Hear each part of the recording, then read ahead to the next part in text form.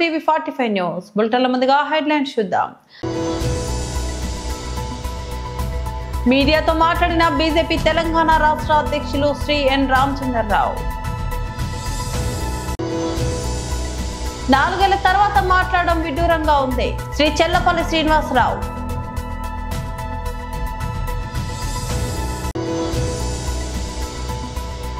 Delhi acid దాడి కేసులో భారీ ట్విస్ట్, బాధితురాలే కుట్ర పన్నినట్లు తేల్చిన పోలీసులు. డిజిటల్ మీడియా జర్నలిస్టుల సమస్యలు పరిష్కరించాలంటూ ప్రజాభవన్ లో వినతి. బీజేపీ తెలంగాణ అధ్యక్షులు శ్రీ ఎన్ రామచంద్రరావు మీడియాతో మాట్లాడారు.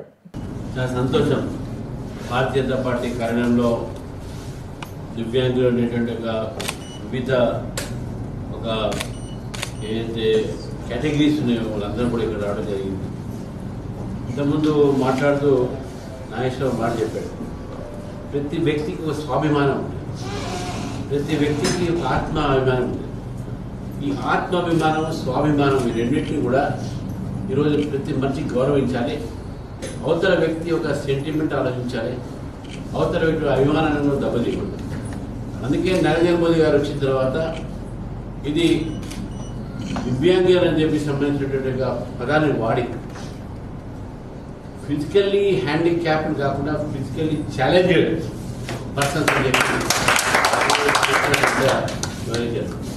ఎందుకంటే జీవితంలో సరే భగవంతుడు ఒక అవయవాన్ని తగ్గించిన తెలివి బుద్ధి అదే అంతకన్నా ఎక్కువ ఇచ్చారు అందరికి.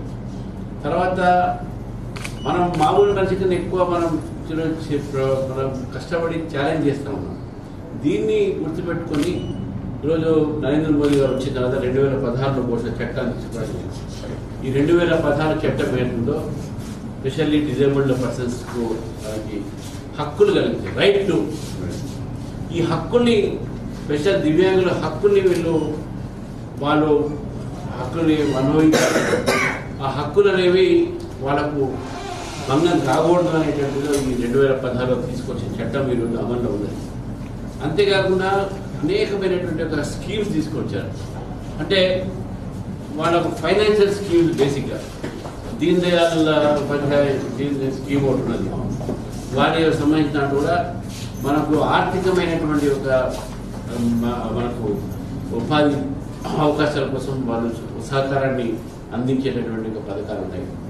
ఇంతేకాకుండా మన పరిక్రమలు సైకిళ్ళు కానీ లేకపోతే మన స్టిక్స్ బ్రెయిలీ రైటింగ్ దాంట్లో కూడా బాగా బుక్స్ ఇవ్వడాలు కానీ ఇవన్నీ రకరకాలైనటువంటి ఒక పథకాలు తీసుకొచ్చి ఈరోజు ముఖ్యంగా మన ప్రైమ్ మినిస్టర్ గారు మాట చెప్పారు, ఆ అవకాశాలు మామూలు వ్యక్తి కన్నా మనకు కూడా అవకాశాలు అవే ఉండాలి.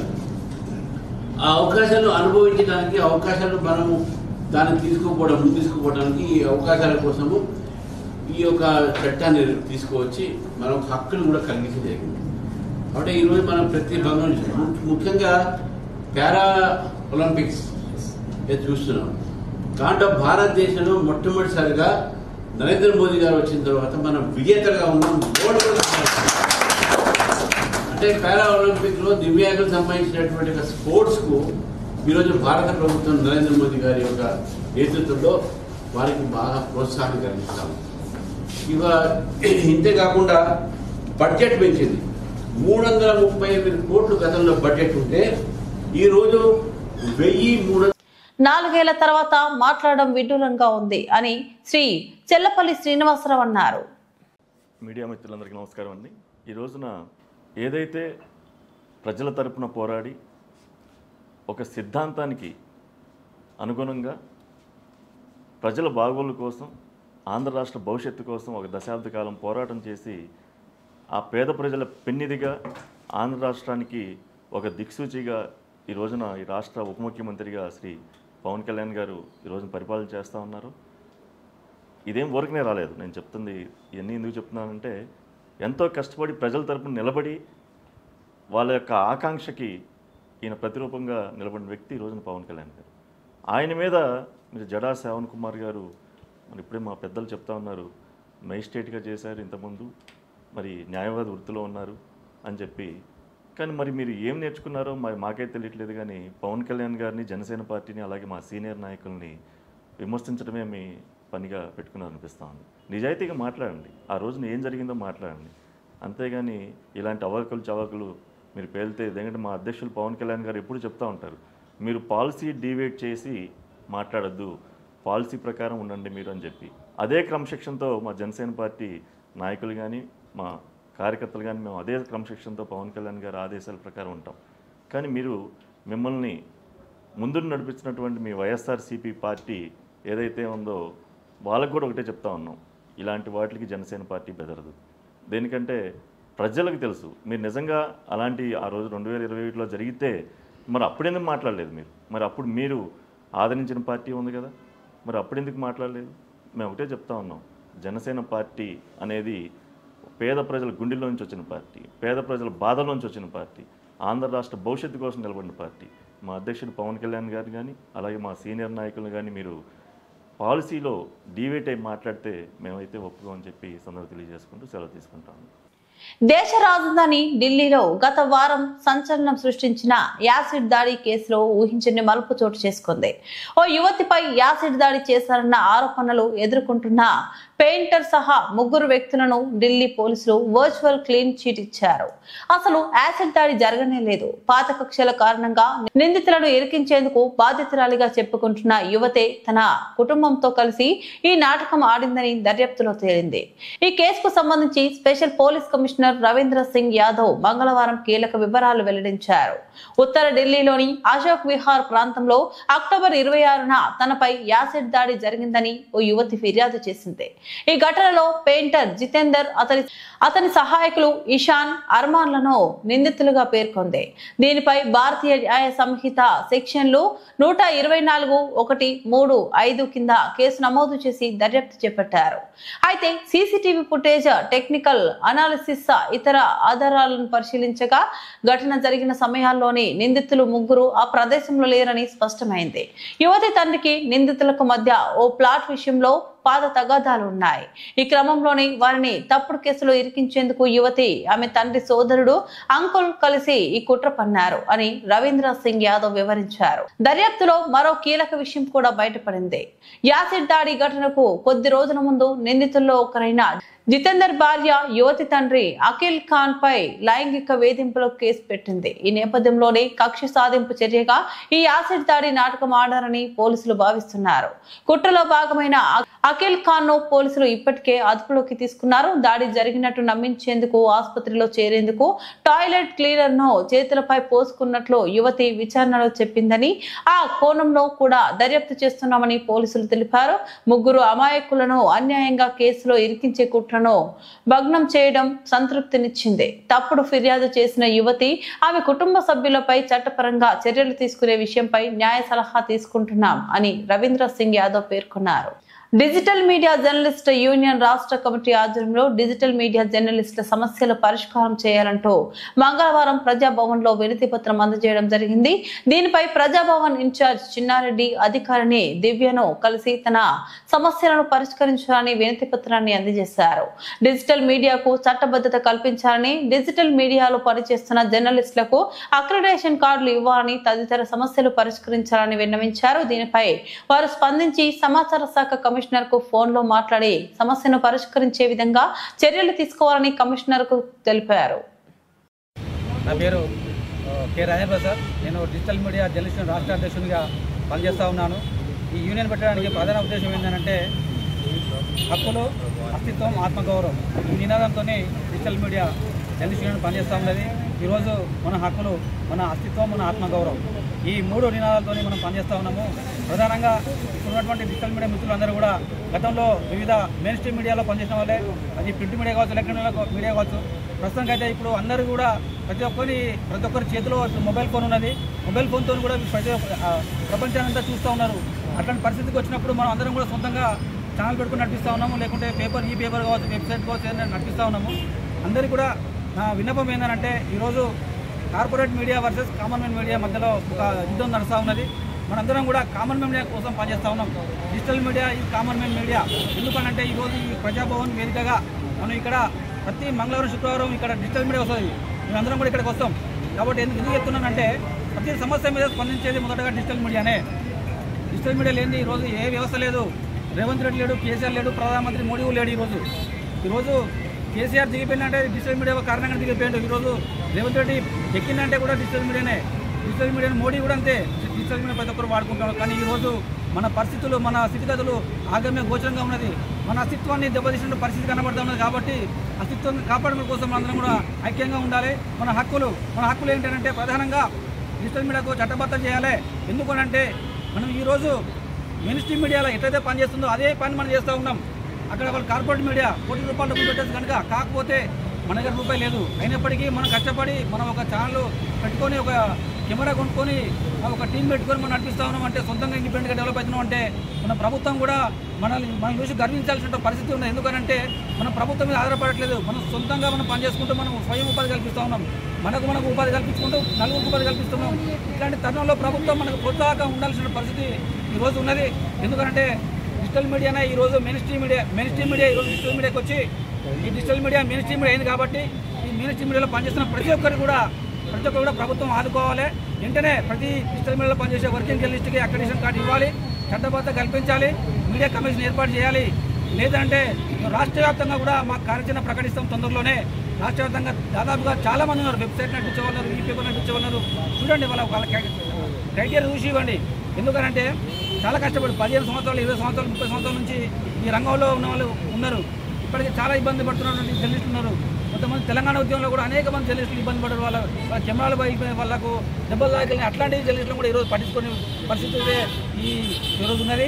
ఈరోజు ప్రజాభవన్ వేదికగా మనం చిన్నరెడ్డి సార్ కూడా కలిస్తే స్పందించాడు. సార్ చాలా మంచిగా చెప్పారు. డిజిటల్ మీడియా లేనిదైతే ఏది లేదని చెప్పి సార్ స్పష్టంగా చెప్పిండు. సార్ ఒక హామీ ఇచ్చిండు, తప్పకుండా మీరు సమాచార శాఖ కమిషన్లో అక్కడ ఆఫీసులో కలవండి, అయిన తర్వాత మీరు మాట్లాడండి, మీ ప్రాబ్లం అయితే సాల్వ్ అయ్యే అవకాశం ఉందని చెప్పేసి పాజిటివ్గా చెప్పారు. మాకు కూడా ఈ ప్రభుత్వం వెంటనే స్పందించి ఇప్పుడు అక్రిడిటేషన్ కార్డు అయితే ప్రత్యేకంగా ఇవ్వాల్సిన అవసరం ఉన్నది. డిజిటల్ మీడియాలో పనిచేసే ప్రతి ఒక్క వర్కింగ్ జర్నలిస్ట్ కావచ్చు, అదేవిధంగా ఫోటో వీడియో జర్నలిస్టులు కూడా అక్రిడిటేషన్ కార్డు ఇవ్వాలని చెప్పేసి మేము డిజిటల్ జర్నలిస్ట్ నుంచి మేము ప్రధానంగా డిమాండ్ చేస్తూ ఉన్నాం.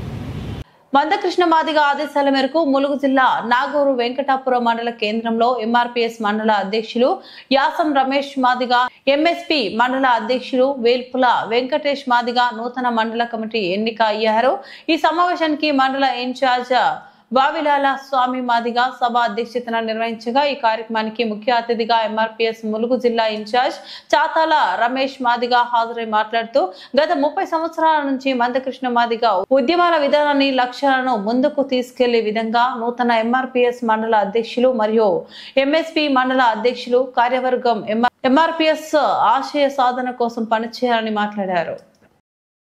ఎందుకు ప్రారంభించిండు, దేనికి ప్రారంభించిండు అనేది ఆలోచన చేస్తే ఈ ఎస్సీలో 59 కులాలు ఉంటారు.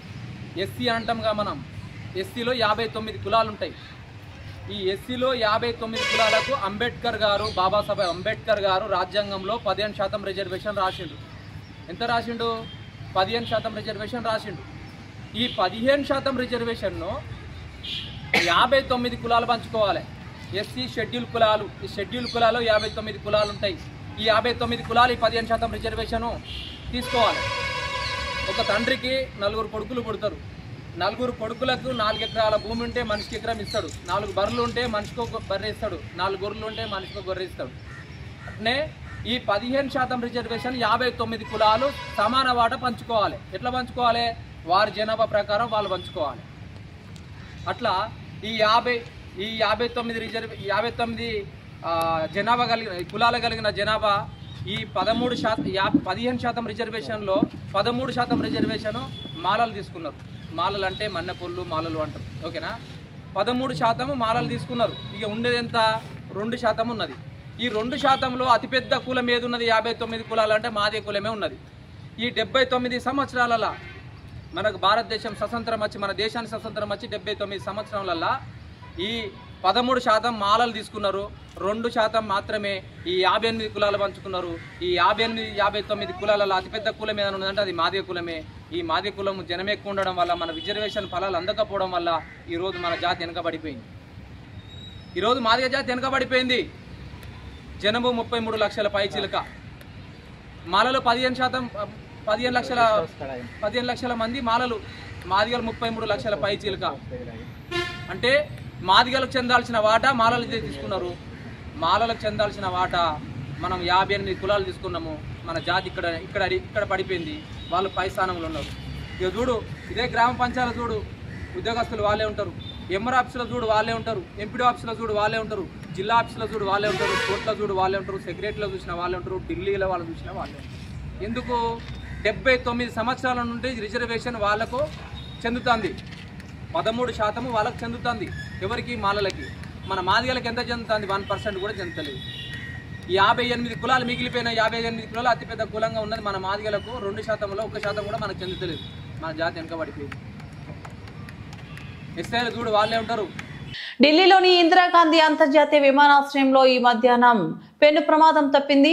టెర్మినల్ 3 వద్ద ఎయిర్ ఇండియా విమానానికి కొన్ని మీటర్ల దూరంలో ఆగి ఉన్న ఓ బస్సులో అగ్ని ప్రమాదం సంభవించింది. బస్సు పూర్తిగా మంటల్లో చిక్కుకొని దగ్ధమైంది. అయితే ఈ ఘటనలో ఎవరికి గాయాలు కాకపోవడంతో అధికారులు, ప్రయాణికులు ఊపిరి పీల్చుకున్నారు. వివరాల్లోకి వెళ్తే టెర్మినల్ 3 వద్ద B32 సమీపంలో ఈ ప్రమాదం జరిగింది.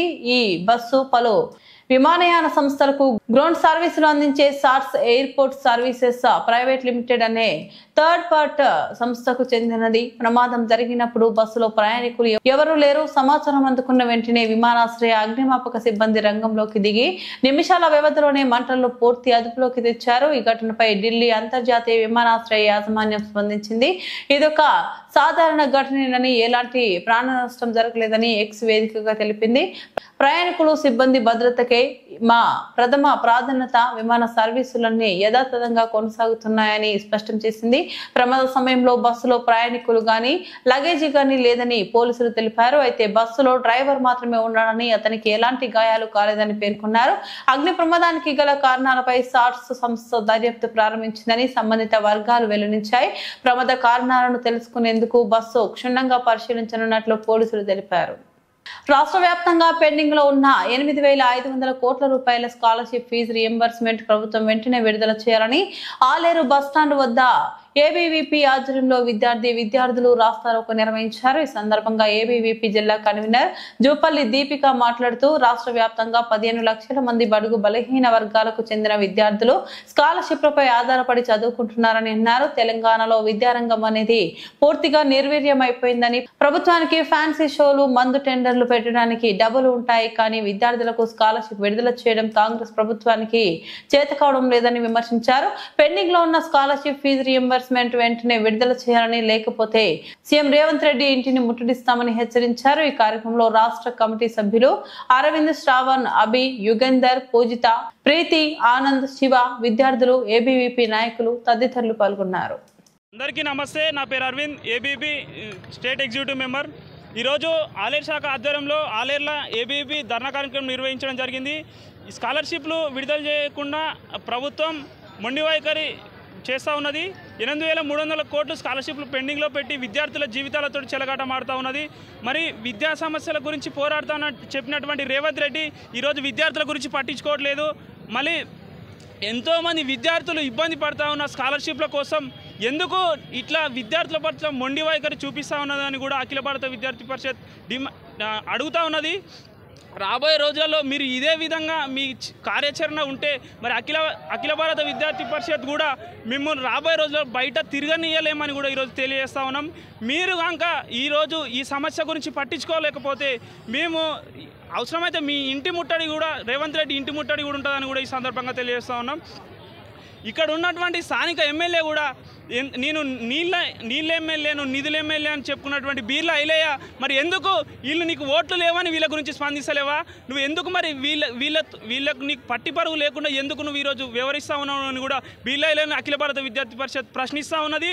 నువ్వు ఎందుకు ఈరోజు నువ్వు ఒక ఆలేరు నియోజకవర్గాన్ని ఒక పెట్టుబడి వ్యవస్థలాగా మార్చుకున్నావు. నువ్వు ఆలేరు నియోజకవర్గం మీద 100 కోట్లు పెట్టి 1000 కోట్లు సంపాదించడానికి నీ ఆలోచన విధానం ఉంది, కానీ మరి ఈరోజు విద్యార్థుల గురించి స్కాలర్షిప్లు లేవని తెలిసినా కూడా నువ్వు ఎందుకు స్పందిస్తలేవు? నువ్వు నిరంతరం ప్రజలలో చెప్పుకున్నటువంటి నువ్వు ఈరోజు ఈ విద్యార్థుల గురించి నువ్వు ఎందుకు స్పందిస్తలేవు అని కూడా ఈరోజు అఖిల భారత విద్యార్థి పరిషత్ అడుగుతా ఉన్నది.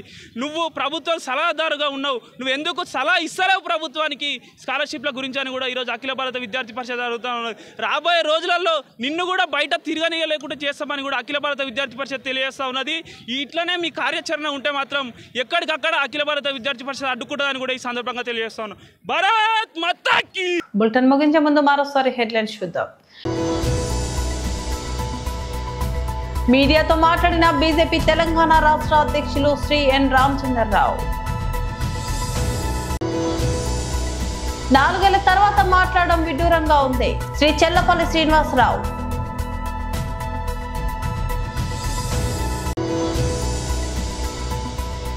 ఢిల్లీ యాసిడ్ దాడి కేసులో భారీ ట్విస్ట్, బాధితురాలే కుట్ర పన్నినట్లు తేల్చిన పోలీసులు. డిజిటల్ మీడియా జర్నలిస్టుల సమస్యలు పరిష్కరించాలంటూ ప్రజాభవన్లో వినతి. ఇవి బులెటిన్ అప్డేట్స్. మరో బులెటిన్లో మళ్ళీ కలుద్దాం. అంతవరకు సెలవు. నమస్తే.